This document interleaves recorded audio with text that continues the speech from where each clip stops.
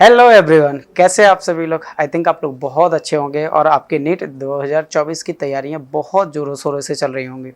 जी हाँ, जो हम लोगों ने वन शॉट रिवीजन की जो सीरीज स्टार्ट की थी उसमें आज का जो हमारा टॉपिक होने वाला है वो है क्लोरोप्लास्ट, यानी कि आज हम बात करेंगे हरित लवक की।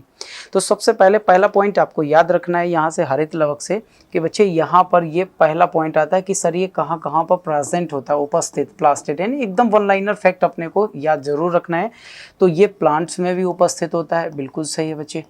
ये यूग्लिना में भी उपस्थित होता है तो उसको इग्लिनोइड कहा जाता है, ये भी बिल्कुल सही है बच्चे। ये फ्लैजिलेट्स में भी उपस्थित होता है, फ्लैजिलेट्स में भी उपस्थित होता है।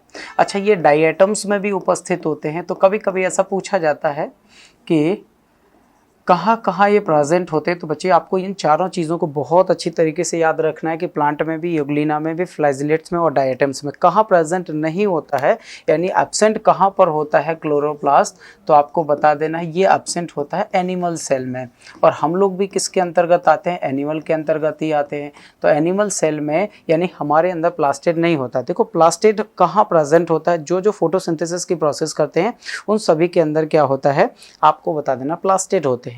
अब आगे आता है सर प्लास्टिड का मेन फंक्शंस क्या होता है, कार्य क्या होता है। ये बहुत इंपॉर्टेंट पॉइंट हो जाता है कब, जब हम वन शॉट रिवीजन की तैयारी करते हैं कि सर एक बार एग्जाम देने से पहले प्लास्टिड से हर बार क्वेश्चन बनते हैं, तो एक बार इसको देख लें। तो बिल्कुल अपने को बेसिक स्ट्रक्चर वाले पॉइंट्स ही उठाना है जो एग्जाम में पूछने की संभावनाएं हैं और जो पूछे जा चुके हैं। जैसे अगर आपसे पूछे कि सर इसका काम क्या है, देखो इसका काम होता है, ये तो स्टोरेज का काम होता है।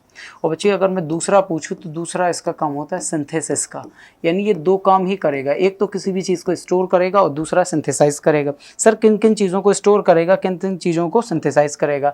तो सबसे पहले अगर मैं प्लास्टिड का डिवीज़न करूं कि सर प्लास्टिड को कितने भागों में डिवाइड किया जाता है, तो प्लास्टिड को मेनली 3 भागों में डिवाइड किया जाता है। सबसे पहला कौन सा होता है, दैट इज़ कॉल्ड क्लोरोप्लास्ट। इसको हम क्या बोलते हैं, दैट इज़ कॉल्ड क्लोरोप्लास्ट। और जो क्लोरोप्लास्ट होता है ना, इसमें पिगमेंट उपस्थित होते हैं। हमेशा याद रखिएगा कि जब जब आपसे पिगमेंट की बात करेगा वो कलर ही प्रोवाइड करेंगे। पिगमेंट क्या करेंगे, कलर प्रोवाइड। और कैसा कलर प्रोवाइड करेंगे, ग्रीन ग्रास, यानी हरा कलर। कैसा, या ग्रास ग्रीन या ग्रीन ग्रास, अब जो भी हरे रंग का। और जहाँ जहाँ भी हरा रंग होगा डेफिनेटली वहाँ क्लोरोफिल प्रेजेंट होगा। तो इसके अंदर कौन सा पिगमेंट प्रेजेंट होता है, क्लोरोफिल होगा। और ये भी आपको बहुत अच्छे से पता है कि बच्चे जब भी क्लोरोफिल जहाँ जहाँ उपस्थित होगा डेफिनेटली वहाँ पर क्या करेगा, फोटोसिंथेसिस की प्रोसेस होगी। कौन सी हो जाएगी बच्चे, फोटोसिंथेसिस की प्रोसेस होना तय है। और जहाँ जहाँ फोटोसिंथेसिस होगा वहाँ खाना बनेगा, और खाना बनेगा तो इसे बोला जाता है किचन ऑफ द सेल।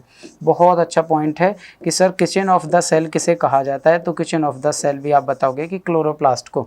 लेकिन सर क्या क्लोरोफिल ही यहाँ पर उपस्थित होता है, जी नहीं। क्लोरोफिल के साथ यहाँ कैरोटीन भी होता है, यहाँ जेंथोफिल भी होता है। आप लिख सकते हो क्लोरोफिल के अलावा यहाँ पर कैरोटीन भी होता है, और कैरोटीन के अलावा यहाँ पर जेंथोफिल भी होता है। आप लिख सकते हो, तो जेंथोफिल आप चाहो तो इस साइड लिख सकते हो, जेंथोफिल और कैरोटीन। ये पिगमेंट उपस्थित होते हैं क्लोरोप्लास्ट में। ये हरे रंग का होता है, हरा रंग है, इट मीन फोटोसिंथेसिस तो होना ही होना तय है।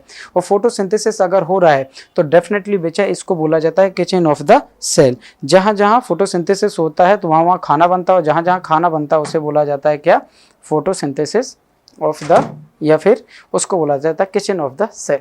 थोड़ा सा और आगे चलेंगे कि दूसरा कौन सा होता है, तो दूसरा अपने को याद रखना है बच्चे, दूसरा होता है ल्यूकोप्लास्ट। ल्यूकोप्लास्ट, ठीक है। ल्यूकोप्लास्ट में क्या याद रखिएगा, ल्यूकोप्लास्ट जो होता है ना वो कलरलेस होता है। इसको मैं अलग से लिख दे रहा हूँ, कैसा होता है, कलरलेस होता है। और हमेशा याद रखिएगा बच्चे, जब भी कलरलेस की बात करेगा इट मीन्स यहाँ पर पिगमेंट कैसे हो जाएंगे, एब्सेंट हो जाएंगे। पिगमेंट एब्सेंट हो जाएंगे, और पिगमेंट एब्सेंट रहेंगे इट मीन्स कलर भी नहीं होगा। कलर भी नहीं होगा तो ये ए ग्रेनम होते हैं। ए ग्रेनम का मतलब होता है ग्रेना एब्सेंट। आप लिख सकते हो ब्रैकेट में, इसमें क्या होते हैं, ग्रेना जो होते हैं ना वो एब्सेंट होते हैं। तो डायरेक्टली पॉइंट बना सकता है कि किसके अंदर ग्रेना अनुपस्थित होते हैं, बता देना प्लास्टिड के। ल्यूकोप्लास्ट के पास ग्रेना नहीं होते, इसीलिए ये कलरफुल नहीं होते। और कलरफुल नहीं होते तो फोटोसिंथेसिस भी नहीं करते, और फोटोसिंथेसिस नहीं करेंगे तो डेफिनेटली है कि यहाँ फूड मटेरियल भी नहीं बनेगा। तो ये फूड मटेरियल बना रहा था, ये फूड मटेरियल को क्या करेगा, स्टोर करेगा। स्टोर करेगा, और कितने फॉर्म में स्टोर करेगा, तो दोस्त इतना 3 फॉर्म में स्टोर करेगा। देखो कौन, सबसे पहले स्टोर होता है फैट, और फैट को स्टोर करने वाले को बोला जाता है एलायोप्लास्ट। क्या बोला जाता है, एलायोप्लास्ट बोला जाता है, आप ऐसे याद रख लो। दूसरा क्या स्टोर होता है, दूसरा होता है स्टार्च स्टोर, तो स्टार्च वाले को बोला जाता है अमाइलोप्लास्ट, अमाइलोप्लास्ट। और तीसरा अगर दोस्त आपसे पूछता है कि तीसरा कौन सा होता है, दैट इज कॉल्ड फैट को स्टोर करने वाला, सॉरी फैट को हो गया, प्रोटीन बच गया हमारा, कौन सा बच गया, प्रोटीन। और प्रोटीन को जो स्टोर करने वाला होता है वो होता है एल्यूरोप्लास्ट। क्या होता है, एल्यूरोप्लास्ट। तो हमने दो चीज़ें पढ़ी हैं अभी, क्या पढ़ी है, ये खाने को बनाएगा, ये खाने को स्टोर करेगा। बाकी जो तीसरा टाइप बच रहा है हमारा, तीसरा टाइप कौन सा हो जाएगा, तो दोस्त याद रखिएगा जो तीसरा टाइप हो गया वो होगा क्रोमोप्लास्ट, क्रोमोप्लास्ट, ठीक है। और क्रोमोप्लास्ट क्या होता है, कलरफुल होता है, आप लिख सकते हो इट इज़ अ कलरफुल। और अगर ये कलरफुल है दोस्त, ध्यान से सुनिए, कलरफुल है तो इट मीन्स इसमें पिगमेंट उपस्थित होंगे। और पिगमेंट की जब जब बात करेगा सर कौन सा पिगमेंट, हमेशा जब भी कलर की बात करेगा पिगमेंट उपस्थित होगा ही होगा। और कौन सा पिगमेंट की बात करेगा तो मेनली तो यहाँ कैरोटीनॉइड होता है या कैरोटीन होता है। और कैरोटीन कैसा कलर देगा तो आपको बता देना है, किसके अलावा, ग्रीन के अलावा कैसा कैसा दे सकता है सर, ये रेड दे सकता है सर, ये ऑरेंज कलर दे सकता है। इनके अलावा थोड़ा सा और चले जाओ तो रेड हो गया, ऑरेंज हो गया, ये येलो कलर भी प्रोवाइड कर देता है। तो कहने का मतलब क्या है कि जो प्रकाश संश्लेषण के लिए यूजफुल था पिगमेंट क्लोरोफिल, वो किसमें उपस्थित था, क्लोरोप्लास्ट में, जो खाना बना रहा था। दूसरा वाला ल्यूकोप्लास्ट था जिसके अंदर कोई भी पिगमेंट नहीं था, तो ये खाने को स्टोर करता है। और तीसरा वाला जो क्रोमोप्लास्ट है, इसके अंदर पिगमेंट है कैरोटीन, तो ये रेड, ऑरेंज और येलो, ये तीनों तरह के कलर प्रोवाइड करता है, ठीक है। अब थोड़ा सा और आगे की तरफ चलते हैं। तो बच्चे यहाँ एक दो चीज़ें और आपको याद रखना पड़ेंगी। रखना क्या पड़ेंगी कि सर जो माइटोकॉन्ड्रिया और क्लोरोप्लास्ट होता है ना, एक तो माइटोकॉन्ड्रिया और दूसरा होता है क्या, क्लोरोप्लास्ट, क्लोरोप्लास्ट। इन दोनों को बोला जाता है सेमी ऑटोनॉमस ऑर्गन। इन दोनों को क्या बोला जाएगा, सेमी ऑटोनॉमस ऑर्गन। और सेमी ऑटोनॉमस ऑर्गन का मतलब क्या होता है, बहुत लोग कंफ्यूज होते हैं कि सर सेमी ऑटोनॉमस का ऑर्गन का मतलब क्या होता है। देखो ऐसे ऑर्गन जिनके पास अपने स्वयं के डीएनए होते हैं और ये अपना काम खुद से ही कर लेते हैं सारा का सारा, लेकिन कुछ काम के लिए इसे न्यूक्लियस पर भी डिपेंड रहना पड़ता है, इसीलिए इसको फुली ऑटोनॉमस नहीं बोला, सेमी ऑटोनॉमस बोला गया। दूसरा एक और कभी कभी नाम आ जाता है self duplicating organ, self duplicating organ, self duplicating organ, ठीक है। तो ये भी आपको याद रखना है बच्चे, यहाँ से इतने सारे के सारी चीज़ें आपको क्लोरोप्लास्ट से याद करके रखना। अब आ जाते हैं स्ट्रक्चर पर कि सर इसकी स्ट्रक्चर कैसी होती है, डबल मेम्ब्रेनिक स्ट्रक्चर होती है। कैसी होती है, डबल मेम्ब्रेनिक स्ट्रक्चर होती है। तो अगला पॉइंट आप ऐसे लिख सकते हो, it is called double membranic structure, double membranic structure. या डबल मेम्ब्रेन वाली क्या होती है, संरचना होती है। सर आपको कैसे पता, सर हमने डायग्राम देख के पता किया है। और नीट में अधिकतर क्वेश्चन कभी ऐसे भी पूछ लिए जाते हैं कि डायग्राम दे देते हैं और फिर एरो लगा देते हैं। अब आपको डायग्राम में जितने भी एरो लगे उनके आपको नॉमिनेशन करना होता है, नाम लिखने होते हैं। तो आ जाओ भाई, देखो अगर मैं पूरी की पूरी बात करूं कि सर ये जो बाहर की तरफ आपको दिख रही है ना, ये वाली, ये जो लेयर बाहर की तरफ देखिए, इसको बोला जाता है outer membrane. Outer membrane it means बाहरी झिल्ली। उसके जो अंदर वाली ये झिल्ली आपको दिख रही है, देखो ये जो थी ये तो थी आउटर, और ये वाली झिल्ली आपको दिखाई दे रही, that is called inner membrane, यानी आंतरिक झिल्ली।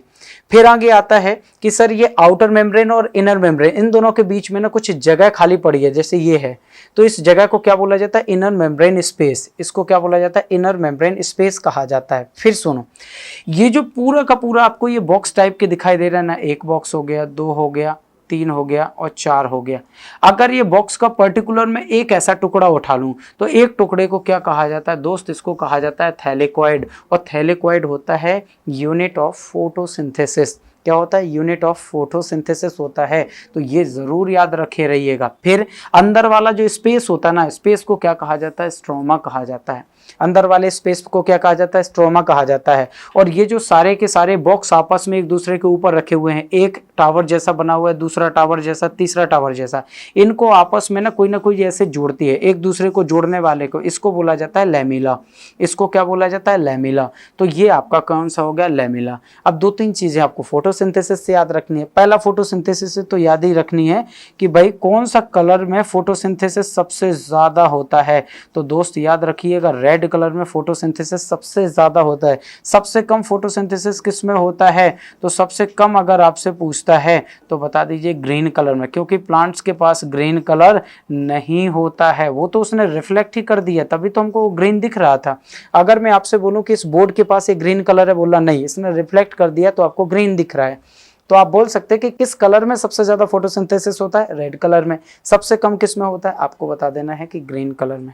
ठीक है, तो ये वो ऑर्गन था हमारे सेल का, इसको सेल ऑर्गेनेल्स के अंतर्गत हम लोग पढ़ते हैं, जहां से कभी ना कभी डायरेक्टली क्वेश्चन पूछे जाते हैं। तो ये वो सारे पॉइंट थे जो अपन ने एनसीईआरटी से कवर किए हुए हैं, और आपको एग्जाम देने से पहले इस वीडियो को जरूर देख के जाना है। ठीक है, ऐसी वीडियो के लिए बने रहिए गुरुनोट इंदौर के साथ। मिलते हैं अगले वीडियो में, तब तक के लिए नमस्कार।